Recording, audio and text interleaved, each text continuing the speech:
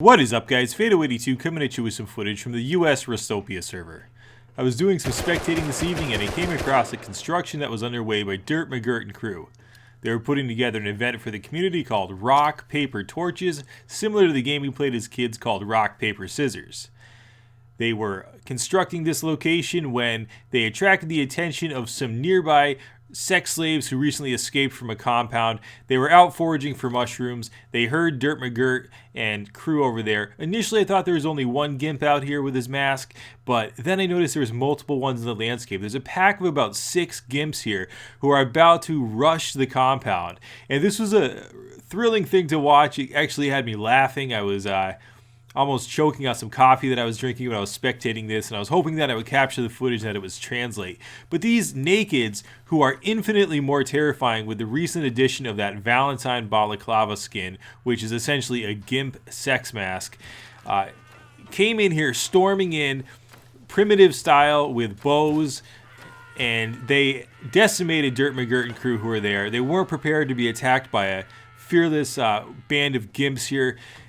And it was just something to see. They rushed the crew here. DMG, of course, they do have a lot of supplies, so a member was able to get a hold of a semi-auto rifle up there, start laying some fire down, taking out a couple Gimps there. But the Gimps kept pressing forward. They were relentless. They were using the high exterior stone walls to their advantage to take cover behind. And you can see the member here from DMG with the semi-auto rifle just escaping barely with his life as he was getting assaulted, peppered with arrows there by those Gimps who just were right locked on him with the arrows. Even up here, he's under fire by multiple assailants down there on the ground. So that's really something to see. It was kind of out of the ordinary. I thought I was just going to spectate and do a time lapse of Dirt and crew building their location there for the community event, and then all of a sudden this wave of 6 guys in leather BDSM masks rushed the compound, and it had me laughing and had me scared at the same time. You know, there might not be enemies in Rust right now in terms of PvE threats, but what could be more terrifying than another player, or in real life, some dude coming at you butt naked with a freaking sex mask on and a hatchet? Nothing could be more terrifying than that. No ghosts or zombies that we could imagine could be more terrifying than something like that. Village Retard from DMG's crew is running and gunning down the remaining Gimp, taking him out with the semi-automatic rifle. At this point in time, DMG and crew are going to go back to constructing that community event, now under heavy watching guard from their own members who will be protecting against remaining Gimps who may be roaming the landscape or other threats that are unknown to DMG and crew at this point in time. This was really interesting to see this happen, and it's kind of that dynamic gameplay that Rust is known for. You would think that it would just be a normal event here where it would be constructed, but having this pack of Gimps attack the base here was really thrilling to watch, and I hope it's fun to watch with the footage as well. But I got quite a chuckle out of it and thought it really makes this video. So back at the scene here, DMG and crew are back to constructing this arena, and Dirt was just holding the grand prize of this event, which is going to be the tempered AK-47. He's going to give out an AK-47 skinned with that new tempered AK skin to the winner. They're doing a dry run through here so they know what the rules are, and it's like rock, paper, scissors that we played as kids. So if a member here has a rock and somebody else pulls out the paper will win, and then the torch will win against the paper because fire would, of course, burn paper. Makes sense, right? So really interesting. What will happen here is the person who has the winning hand will remain alive and move on to the next round, and the person who has a losing hand will be promptly shot in the head and lose their chance at the tournament. So it is a brutal tournament, and one that is unforgiving, but does fit in with that harshness that we come to expect in Rust. As night sets in, members are arriving here via sleeping bags that Dirt put down so they could spawn in for the event and come in and get started. Like anything in Rust, it needs to move quickly because tensions tend to build, so Dirt McGirt and crew have to be under constant watch of the members here to prevent them from killing one another and to make sure that the event goes on accordingly. As night turns to day, the tensions are heating up here as the sun rises. And you'll notice here in a moment that a few of the members start fighting here in the arena. This is not something that's atypical of Rust, and it's amazing that it didn't devolve sooner, but thankfully it was limited only to a few people here, so DMG and crew were able to control that, neutralize it, and start the event. I think they were just getting nervous because the fire was too close to the ammo, which is never a good practice. But As tensions begin to settle down here, the event begins and the first matchup is happening here. So again, the rules are just like rock, paper, scissors. It's rock, paper, torches. Moving on to the first round, you'll notice the opponents here have their backs to one another. The loser will not get the privilege to see what their winner had in their hand. Rather, they will be promptly shot in the head by Joe, who is a badass mofo and is Dirt's trigger man.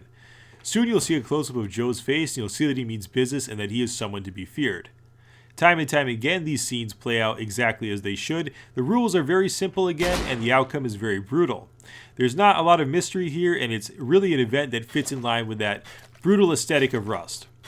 I think this underscores, this whole scenario, this whole video underscores how much of an adult-oriented game Rust is from the beginning, with the Gimps rushing the base that's being built here, or the event that's being built here, and then this event, which is really just kind of a dark, sadistic event, but one I think that's fun for adults to watch. And Rust is an adult-oriented playground. I don't care if you're not old enough to play Rust and you're playing Rust. I certainly played games that I shouldn't have when I was a kid, or that I should have actually, just games that were rated more for adults. So Rust is just one of those games, I think, though, that is an experience that is hard to describe, and I can just imagine kids in school describing what they played the night before, and the kid who's playing Rust getting some pretty weird stares from other kids when he describes his experiences. Whatever, his or her experiences may have been in Rust are probably a bit deeper and darker than people who are playing Nintendo games or games on consoles. Rust is really just a game that doesn't hold any punches, and I applaud Face Punching Crew for doing that. And I think this little scenario here, this slice of life on Rustopia, underscores that adult-oriented nature of Rust. This is a macabre event. This is really dark in nature, but it's still fun to watch and fun to have, just some fun with it and not take it too seriously. So, winding things down here, we're taking a look at the remaining events here. Again, they're playing out in the same fashion as the ones that preceded it. Very brutal, very harsh. Joe's chopping people down left and right here. And there are less and less people here. Again, there will be one remaining person who will be receiving that AK-47 skin. Dirt has no problem cleaning up the ground here. In fact, he really enjoys it. He's enjoyed putting together this whole sadistic event, and I'm glad that I was able to capture it. Dirt's a sneaky guy. He doesn't really talk about things. He just does things, and if you capture him, you capture him. If you don't, you don't. But it's always fun when you're able to.